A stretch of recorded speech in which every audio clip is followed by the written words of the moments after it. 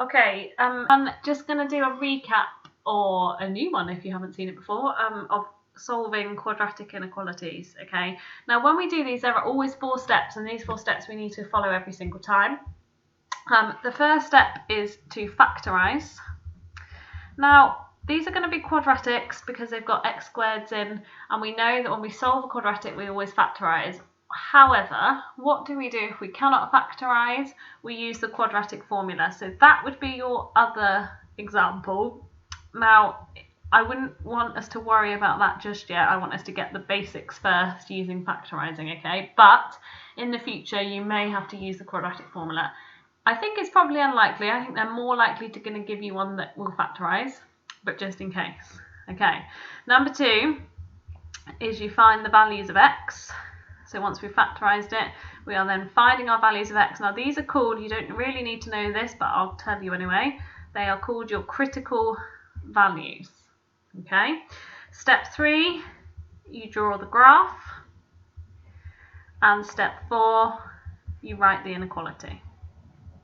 Okay, so every time we do these, we are going to follow these 4 steps. You need to follow these 4 steps as well. Okay, so first of all, we are going to factorize this. So obviously we've done lots of work on factorizing. We should be happy how to factorize this.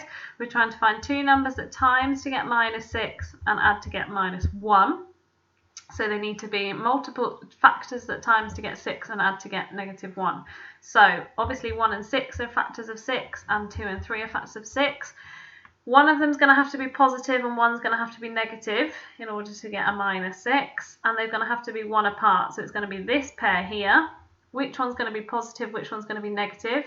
Well, they've got to add to get a negative, so the biggest one has to be negative. So it's +2, -3.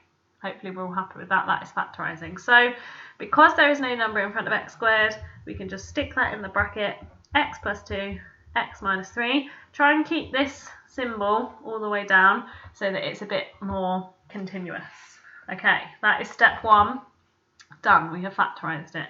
We are then going to find our critical value. So as always, we're going to take each bracket and we're going to make it equal 0. So we're solving it to find, to find our value of x.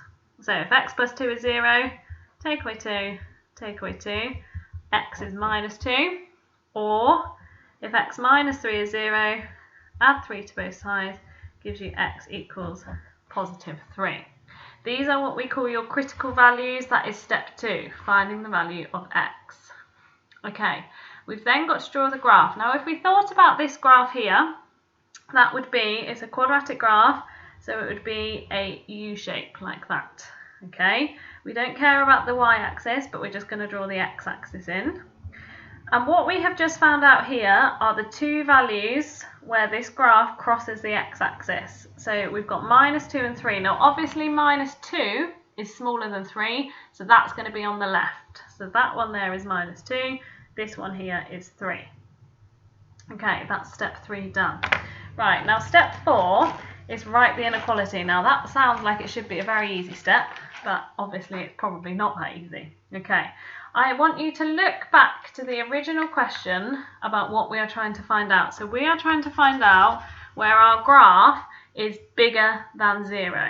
Okay, this means that it needs to be bigger than 0. This x-axis is our 0 line. So we want where our graph is bigger than 0. So our graph is bigger than 0 above the line.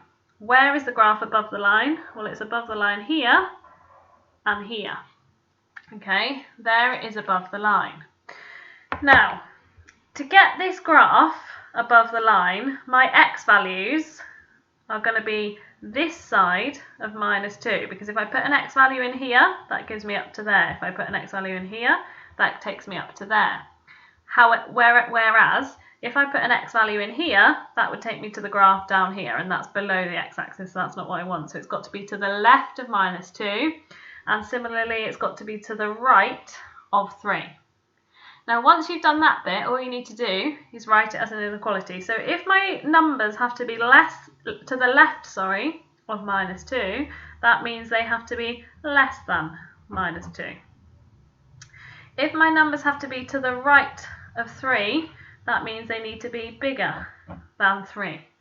And that is your solution. Both of those are your solution. Now I cannot write that as one inequality. The reason being, there is no number that is less than -2 and bigger than 3. Okay, let's look at a second example. Okay, here we go, example number 2. So this one, slightly different because it's got a different inequality sign, but also it's got a coefficient of x squared, a number in front of x squared. So our step 1, which is to factorize, we're going to have to factorize using the methods we have learned. So let's write down a, b and c because that's how we're used to doing it. So a is 3, b is 1 because there's no number in front of x, and c is -10.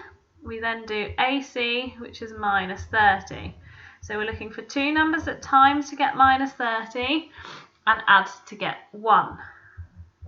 If we've got a times to get a minus, we know it has to be one positive and one negative. And we're looking for factors that are 1 apart. So the factors that are going to work are 5 and 6. If you can't think of those immediately, write all your factors down until you get some. Okay, right, they've got to add to get +1. So that means the biggest number has to be positive. So that's +6, -5. Okay, because +6 times -5 is -30. -5 plus 6 is 1. Okay, so same as always, we're going to write it out. So we've got 3x squared plus 6x minus 5x minus 10. Keep that inequality there just to keep it continuous, okay, nicely down the page. Split the expression in half. Factorize each side. So that is a single bracket, 3x brackets x plus 2. Remember my little trick, if this is a minus, you have to take the minus outside. So we can take a factor of -5 out. What do I have to times -5 by to get -5x is x. What do I have to times -5 by to get -10 plus 2? Don't forget, a minus times a plus is a minus. Okay, so that means our two brackets, one of them is this bracket, x plus 2, hopefully we're all okay with factorising, and the other one is 3x minus 5. Okay, that is step 1 done. That will still only be 1 mark factorising it, okay, but this is because it's much later in the paper, it's a higher grade, so you don't get more than 1 mark for factorising. Okay, right, then we've got to find our values of x. So these are our critical values, remember? We take each bracket, make it equal to 0, so x plus 2 is 0, 3x minus 5 is 0. We've got to find x, take away 2, x equals -2, or add 5, so 3x equals 5, divide by 3, x equals, don't forget we can just write it as a fraction, x equals 5 over 3. Okay, you can write it as a mixed number fraction if you want, 1 and 2/3, but it's fine to just leave it as 5 over 3. Okay, we don't really want to get into writing recurring decimals if we can help it. Okay, that's step 2 done. Right, step 3, we draw the graph. So here's the graph. They're not always going to be one minus and one positive, so just think about which side you're putting the graph on. The biggest one goes on the right, smallest one goes on the left. Okay, so this is our smallest one, that's -2. This is our biggest one, that is 5/3. This is our x-axis. Okay, we're now going to try and write the inequality. So we want to know where our graph is less than, doesn't matter about the equal to, but less than or equal to 0. So here's our 0 line and we want it to be less than 0. So it's going to be less than 0 underneath here. Okay, which x values is it? So if I go to the left of -2, all my graph becomes up here. If I go to the right of -2, all these x values take me to the graph underneath. So it's to the right of -2. And similarly, if I went to the right of 5/3, all my x values would take me up to this graph here. So I'm going to the left of 5/3.